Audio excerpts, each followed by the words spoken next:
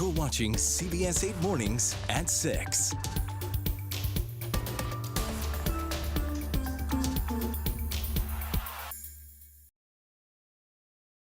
All right, well, thanks for joining us, everyone, here at 6 a.m. I'm Chris Groh. And I'm Anna Laurel. Let's get right to Heather Myers for a check on our forecast today, as all everyone's talking about is this solar eclipse, right, Heather? Yes, and for us here in San Diego County, this will be a partial solar eclipse. So, we won't get to the view that some of our friends in 14 other states that are in the path of totality will get. But here in San Diego County, you can definitely expect to see a show. 10:45 this morning until about 11:45 this morning. You'll notice most of it with the peak at 11:11. So what does it look like at 11:11 this morning as far as the skies are concerned? Well, mostly clear skies, a lot of sunshine right down to the coastline with cooler temperatures. As far as your weather headlines go, a comfortable Monday, mild temperatures. High pressure begins to build about the middle part of this week. You will notice noticeably warmer conditions out there. And then as we look way down the line into next weekend, another opportunity for some rain. But your hour by hour partial solar eclipse forecast is on the way. First, I'll send it back to you. All right, Heather, thank you.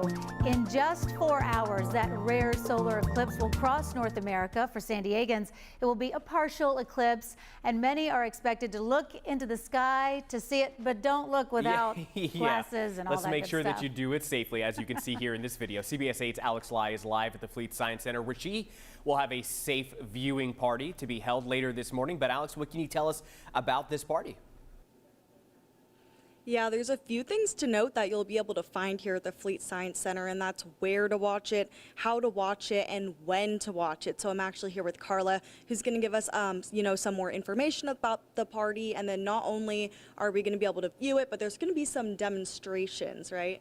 Yes, of course. So starting at 9 a.m., we're inviting everybody to join us here outside of the Fleet Science Center for a free event for the entire community. And we're going to have astronomers that you're going to be able to talk to with telescopes. We're going to have some activities, and we're going to have a demonstration. And one of them is for you to see exactly how do eclipses work. Yeah. What is a solar eclipse? So for that, I'm going to ask you to be my world. I'd love to. Thank you so much. I'll be the moon and the sun. So basically what happens is, if I can get it to turn on, so you get the sunlight and the moon comes in between just so that you're able to see the path of a shadow. And that is where we see the path of totality.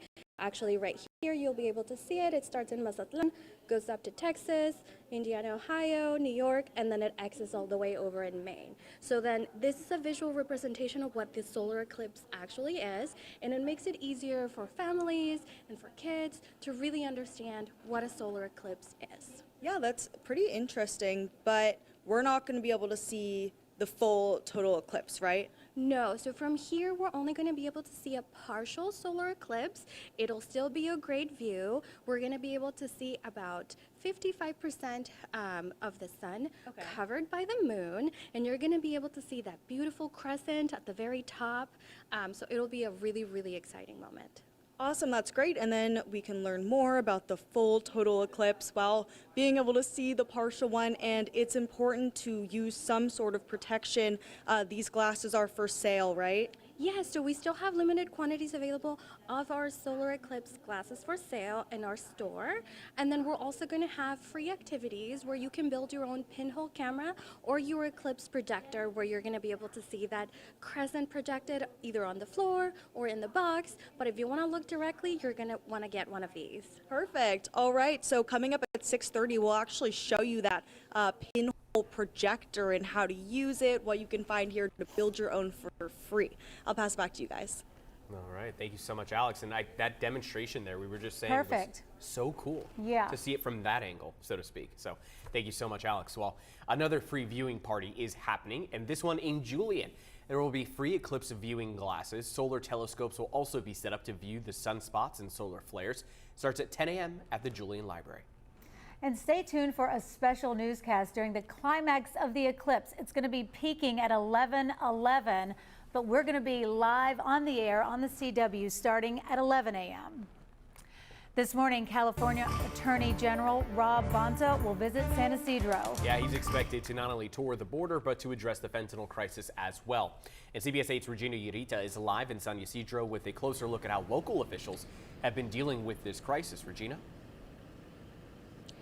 Yeah, good morning to the both of you. And guys, this visit is really an opportunity for the state attorney general to get an update on the fentanyl crisis that continues to affect our region, but also to see the need for help. So in just a couple of hours, he'll tour the border with agents.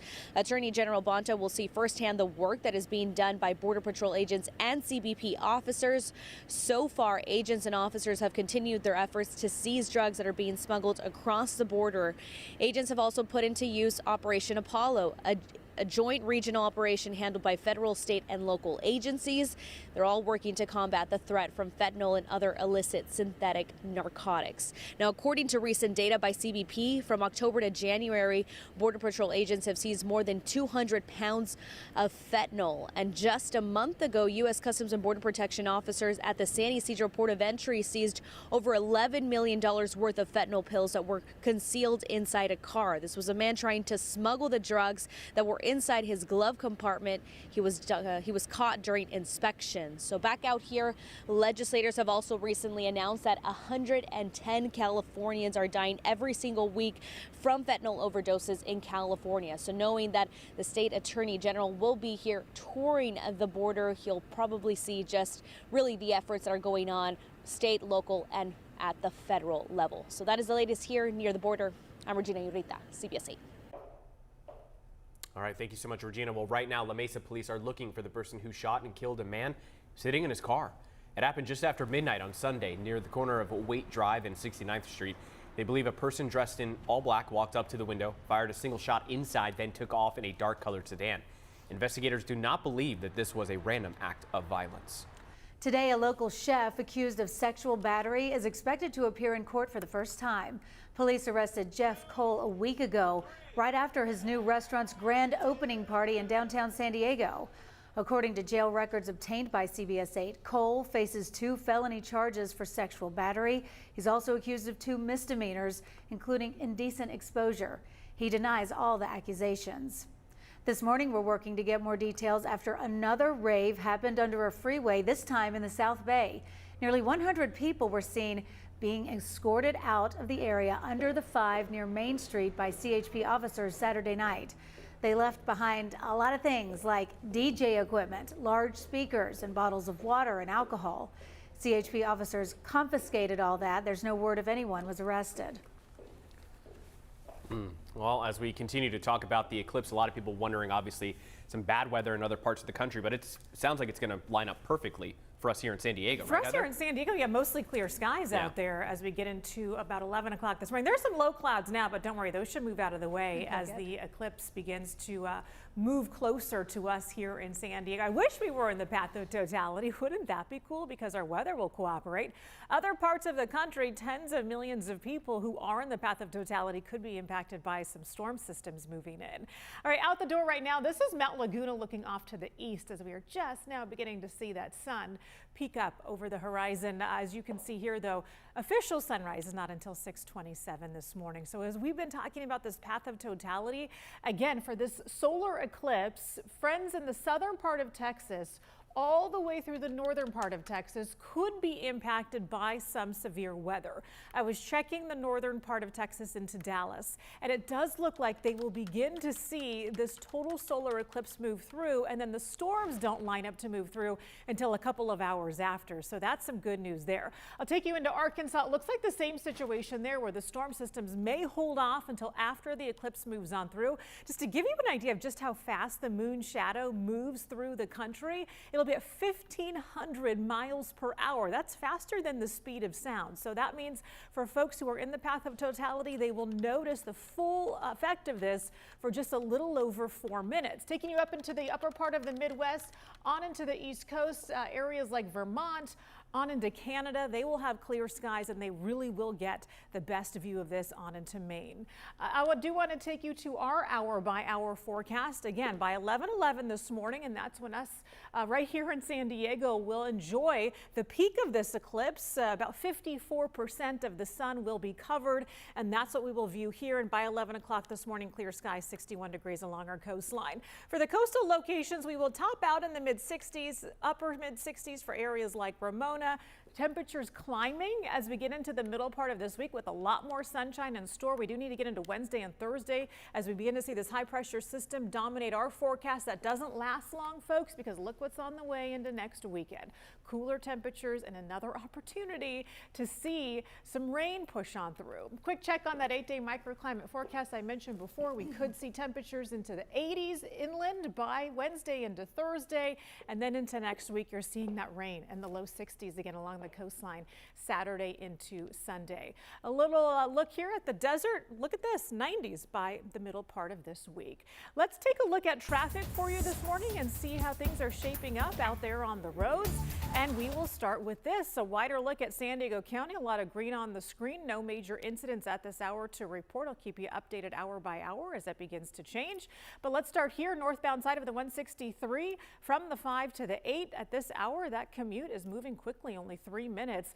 On the 8 westbound from College to the 805, that's also just a quick 3-minute drive. And then if you were coming across the bridge from downtown into Coronado onto the base, a little bit of slowing. That drive about 40 miles per hour will take you about 3 minutes. Now here's a look at the border wait times from the CBP website. It's 120 minutes for the general line at the San Ysidro Port of Entry, 70 minutes for the general line at the Otay Mesa Port of Entry. That's a look at... Let's go ahead and declare an emergency for Southwest 3695. It was a little spicy, but we're all okay. Still ahead, a part falls off another airplane.